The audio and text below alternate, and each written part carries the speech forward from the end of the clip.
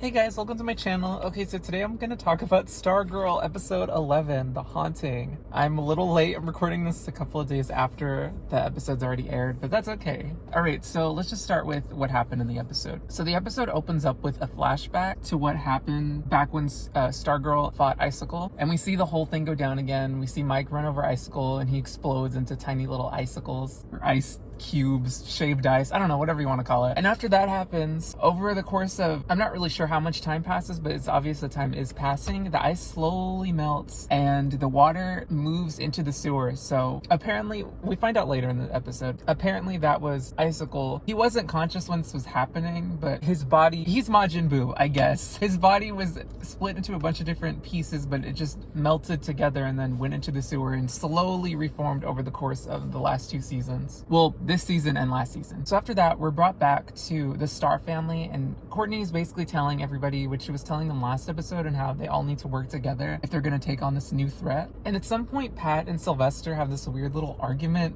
I don't understand. I don't know if it's supposed to be funny. I don't think it was supposed to be. It was kind of awkward. So I don't know if that's a way to show that there's kind of tension between them, because Sylvester's been a little rude to Pat this whole season, really. It hasn't happened in a while, but it just feels like he doesn't fully respect him in the way that Pat maybe wants. And I've been wanting Pat to stand up for himself a little bit better, which he kind of has. It's just, I don't know. He's too nice to Sylvester is what I'm trying to say. Also, actually, I don't know if this is a different day or if this is happening. No, it has to be a different day because, this is the next day, I assume, from the last meeting. I don't know. You know what? Never mind. Anyways, after that, they have their meeting. Courtney wants to team up with the Crocs, the McKents, Cindy, of course, which Yolanda, I don't know. She doesn't want to team up with her still, I guess, or whatever. Okay, Yolanda. But anyways, Artemis shows up to the house and she asks if they've seen her parents. So after that, we cut to the next scene and Icicle is back at his home. He's ready to see his parents and his son again. He knocks on the door. They show up. Lily and the grandpa, whose name I still don't know because I never looked it up, are really happy to see him. Cameron looks a little bit more conflicted. Like, I don't think he's not sad to see him or angry or anything. Well, he's a little angry, we'll see later, but he isn't really sure how to feel. Like, this is all really happening so fast if you really think about it, because Cameron barely learned about his ice powers, I want to say this season, and then all of a sudden he's discovering that his dad died and now he's alive again, and he's also learning that his dad was not the best person in the world. Like, it's all happening way too fast. And then there was a huge fight earlier and he found out about the Justice Society. Yeah, anyways, moving on. After that happens, Icicle and his family discuss, and Cameron asks him questions about whatever Courtney's been telling him. Icicle basically tells him that Jordan, I keep interchanging between Icicle and Jordan. Jordan tells him that he doesn't hold any grudges against the Justice Society for what they did to him, because he says that they believe that they were doing the right thing, which to me, I don't know, almost sounds like he's saying that he did nothing wrong whatsoever, but we'll get into that later. Ultimately, he tells Cameron that he forgives them, and when the grandpa asks if he wants peace, he tells him that he does want peace, which I don't know how true that is, but again, we'll discuss that later. And he also tells them that Mike is the one that killed him. So Courtney lied to Cameron and she said that she killed Icicle, but obviously she didn't, and Icicle just tells them the truth, but he says that he forgives them. Oh, and Cameron is like, why would she lie? Even though it's really obvious why she would lie about that, but whatever. And I didn't mention this before, but Courtney does tell the family that the McKents think that she killed Icicle. I don't know if that's even relevant anymore, because that kind of just gets squashed immediately in this episode, which was kind of funny, honestly. So in the next scene, Beth locates the signal to Sportsmaster's mask. So Beth, Yolanda, Courtney, and Artemis head down into the sewers to see what's up. Brick doesn't go along, and I just realized just now that the Justice Society, or the new Justice Society, only has one guy on the team. If you don't count Pat, which I kind of don't. He seems more like a mentor. I don't know. And then there's Mike and Jakeem, I guess, but they're kind of off doing their own thing. Anyways, so they head into the sewer, which I don't know if this is actually supposed to be the tunnels from before, if this is a separate location. I thought it was the tunnels, honestly, but I don't know. Anyways, so they head inside and they find all the monitors that Icicle's been using to spy on everybody. And they see a bunch of crushed ice on the ground and Sportsmaster's mask. So they're all a little confused, but Beth scans the area and she sees that among the ice is human remains. And that's when everybody puts two and two together, and Artemis screams because she's obviously really upset. And I felt really bad for her. So Courtney fills everybody in on what's going on. She tells Pat first, I want to say, but that kind of goes to everybody. or the information gets relayed to everybody. So back at Barbara's job, I think Pat calls her. I'm not sure who calls her, but she just gets informed that Paula is dead. And it seems like Pat and Barbara are both kind of devastated. But in Paula, why do we keep calling Barbara Paula?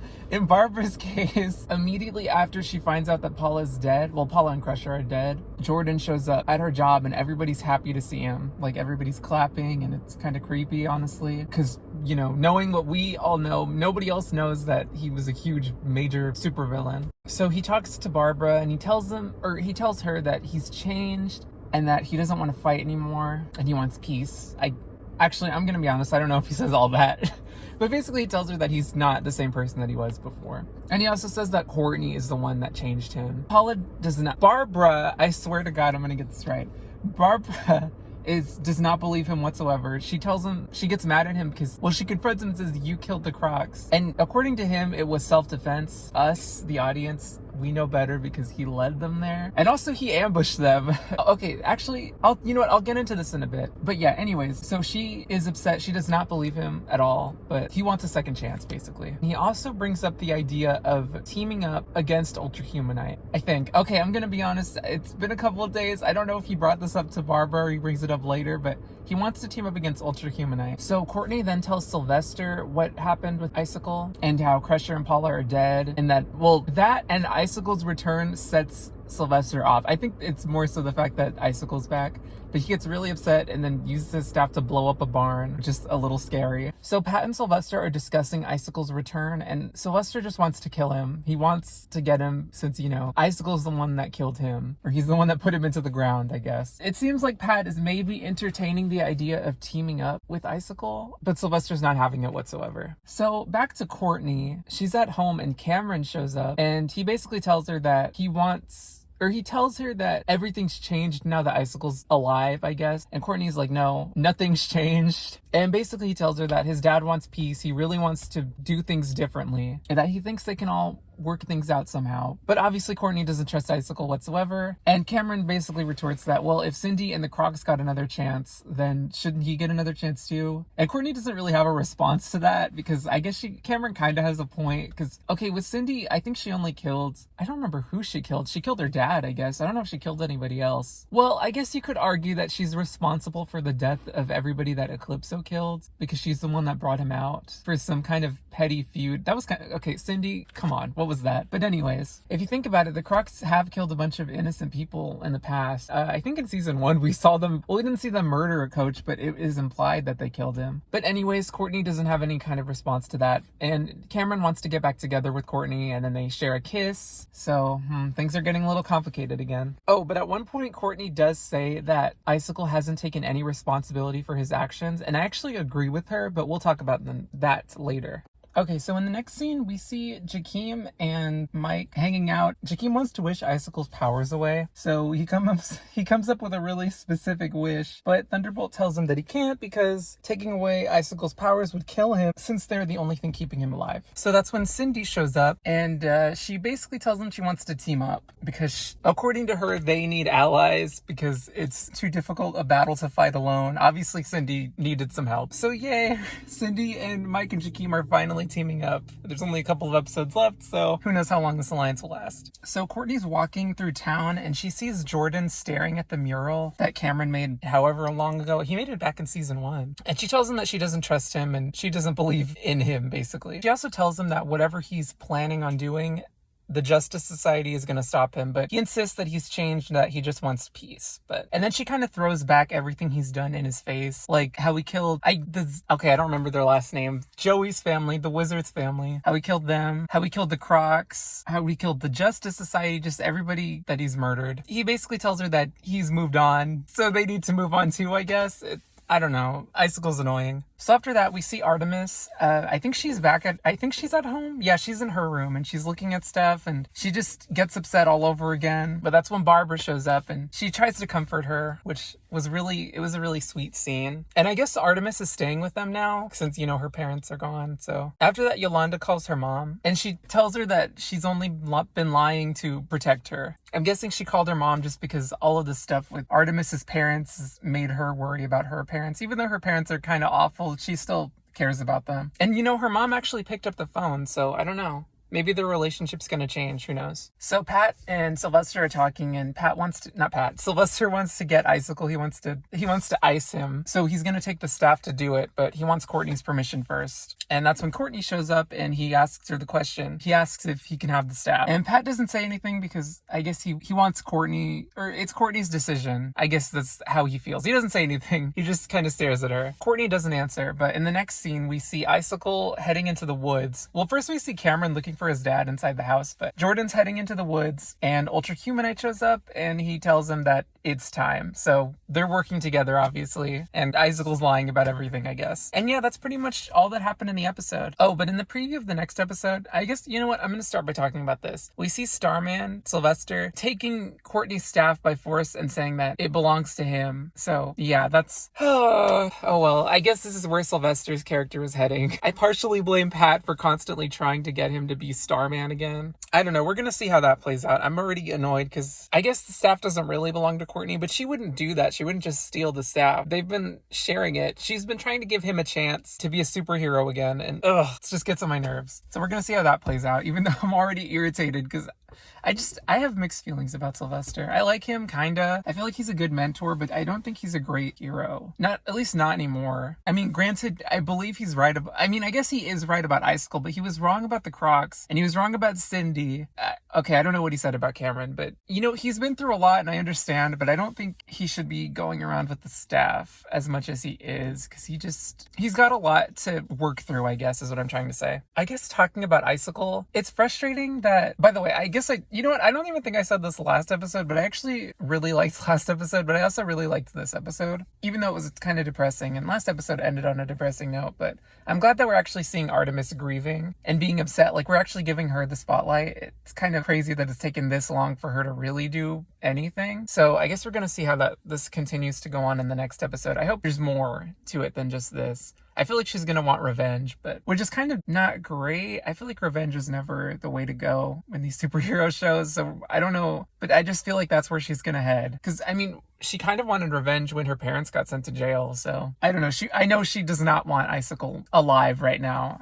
You can tell, but she hasn't said anything. So we're going to have to see. But anyways, Rick wasn't even in this episode. So who knows what's going on with him. I'm not sure if his issues are going to get resolved in next episode or in the season finale, or I guess the series finale, because the show's canceled, because he has a lot of issues right now. But even after, he hasn't really had a revelation about how his hourglass is making him, or his emotions, a little unstable, even after he hurt Courtney and, you know, yelled at Beth and her family. And also the whole Grundy thing, I don't know if that got dropped. He kind of just gave up on that. I don't know if we're ever gonna see that. I don't know if we're ever gonna see Grundy again. We might, but who knows. Anyways, I guess let's talk about Icicle. Okay, so Icicle's back. I don't know if in the comics anything's ever happened to him before where he gets killed but is able to come back because of his powers let him reform himself. I have no idea. I guess I don't mind that happened. We're gonna see how it plays out. It's making it interesting because it's bringing the whole McKent family into everything, really, because before the grandparents were kind of just on the sidelines, and Cameron was really on the sidelines. He was like a side character until his power started awakening, and even then he really only started doing things this season. I kind of wonder how the McKents are gonna react, because it's obvious that Icicle's evil.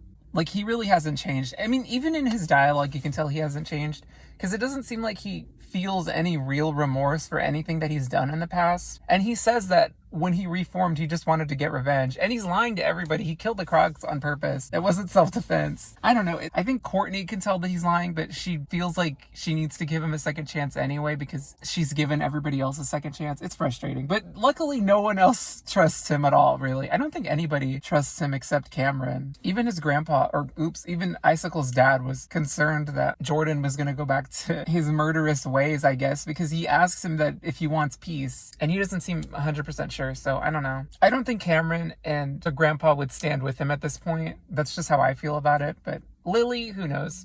I'm glad Mike and Jakeem are doing more with the wishes. It feels like they could probably wish a lot of stuff. Not away. I don't think they could solve like every single problem, but I feel like the wishing aspect of Thunderbolt is just completely underutilized. So I hope they get to do more with the battle to come, but we'll have to see. One thing I do wonder is why Jordan killed the Crocs in the first place. I don't know if it's Ultra Humanite's goal to get rid of the Injustice Society or if it's his.